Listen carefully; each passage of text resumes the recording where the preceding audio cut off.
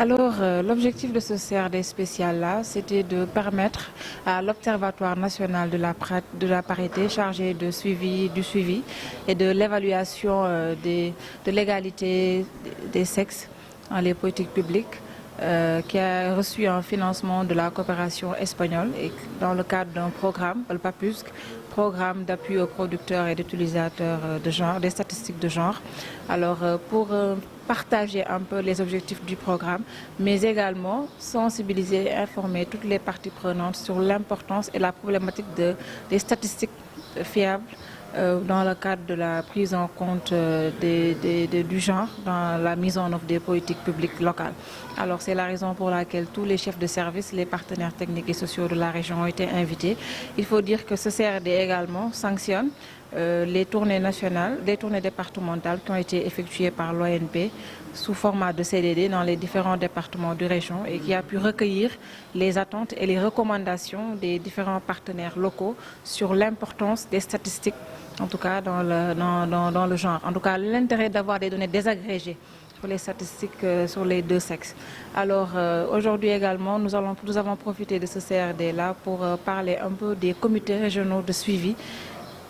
de l'égalité homme-femme dans les politiques publiques locales, sur le format qui va être adopté sur ces missions et le fonctionnement et qui vont permettre un peu de suivre les statistiques là sur le genre au niveau de la région. Donc c'est la raison pour laquelle nous avons tenu à accompagner l'ONP dans le cadre de la mise en œuvre.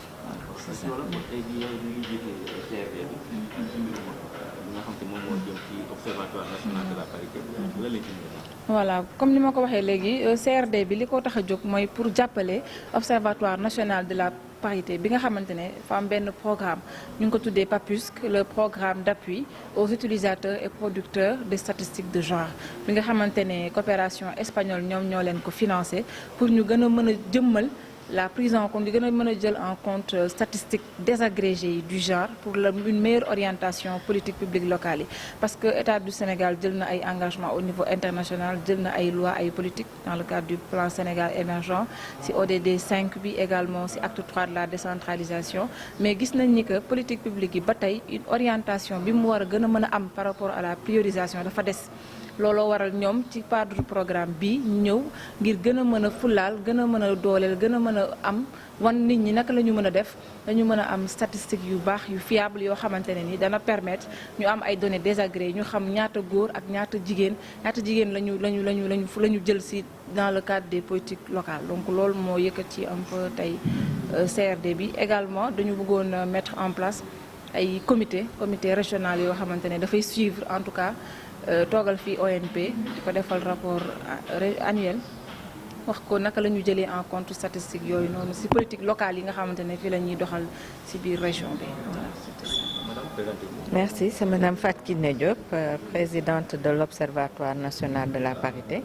qui est aujourd'hui dans la région de Saint-Louis dans le cadre d'un CRD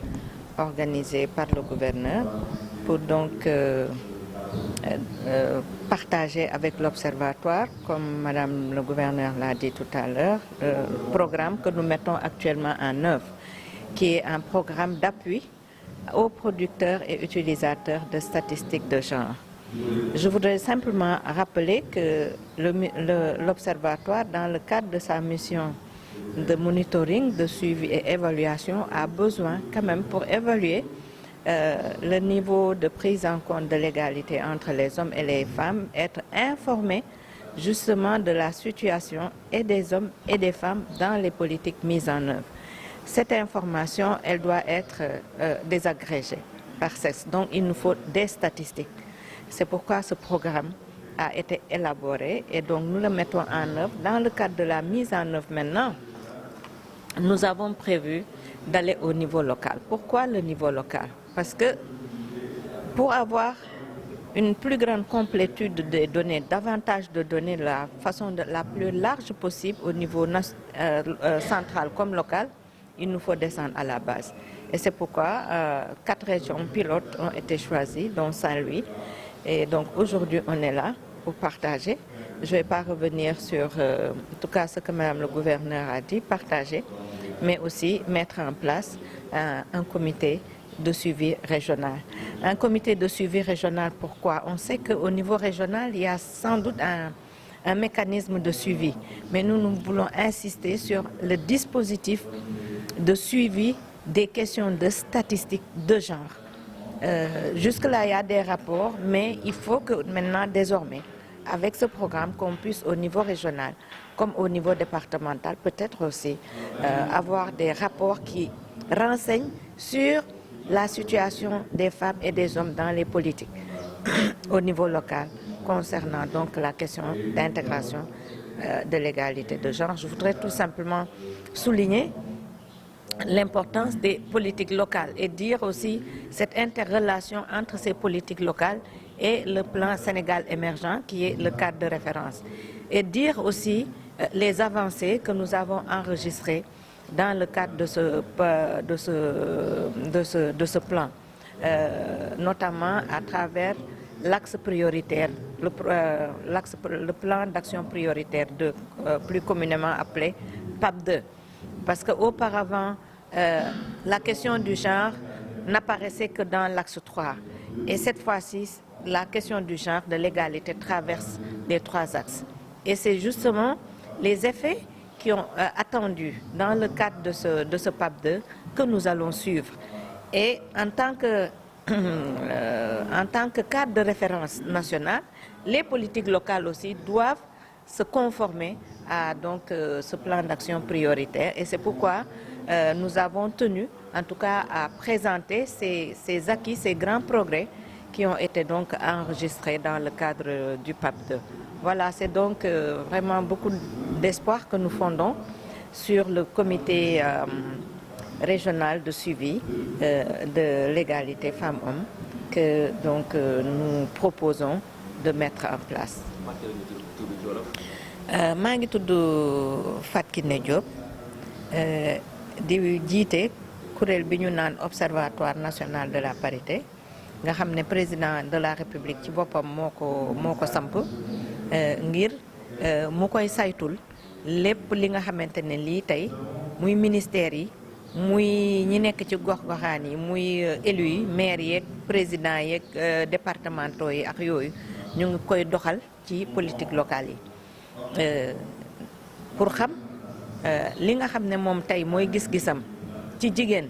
ak xale yi nan lañ leen di joxe seen gëdd ci lépp lu nga xam ne Sénégal mu ngi koy génnee ci alal di ko def di ko doxal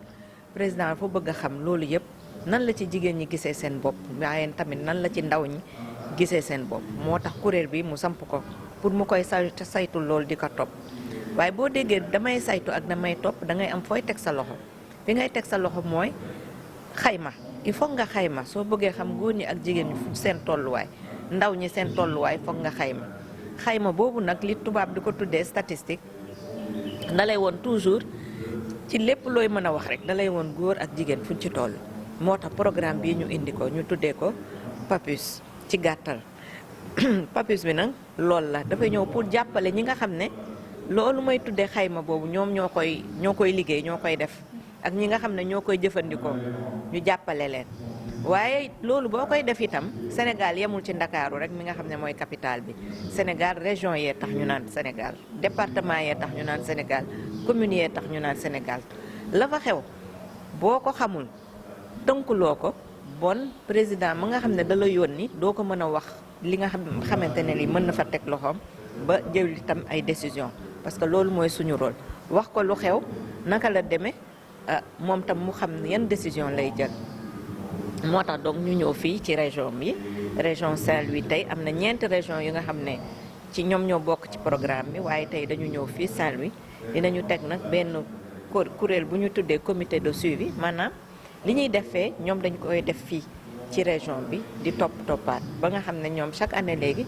dinañu wax li fi xew lan la dinañ ko tënk ci rapport ñun tam loolu ñu mun ko boole ak yeneen région yi def ko rapport jébbal ko président ne ko fii la ñu toll loolu ñu ci am yaakaar bu baax ndaxte li nga xam ne mooy plan Sénégal émergent dafa def ay jéego yu rëy tey Sénégal pàcc bu njëkk bi mu doon 2 at yu njëkk ya dañ gis ne wàllu dooleel jigéen ak gën a jox jigéen gëdd ñu ngi ko jëloon ci benn ponk rek ndax plan boobu ñetti ponk la benn ponk bi rek moo ci amoon loolu waaye léegi bu bees bi gis nañ ne ñetti ponk yi yëpp loolu dañ ko cee dugal dëxañ ko ci léegi nag ñun loolu la ñuy topp loolu la ñuy topp moo tax région yi suñ fi ñëwee tam élus yi seen teewaay am fi solo ndax ñoom ñoo nekk ci mairie yi ak département yi di am ay politique yu ñuy doxal donc moo tax ñu ñëw seet si leen pour ñoom tam ñu ñëw fekkee waxtaan bi ak ñun wax leen tamit jéego yooyu nga xam ne Sénégal def na ko ñu xam ko ba mën a xam ne ñoom tam foofu la ñu war a teg seen tànk donc loolu moo ñu fi indi woon di rafetlu bu baax li nga xam ne moo fi jot a xew jërë leen jëf.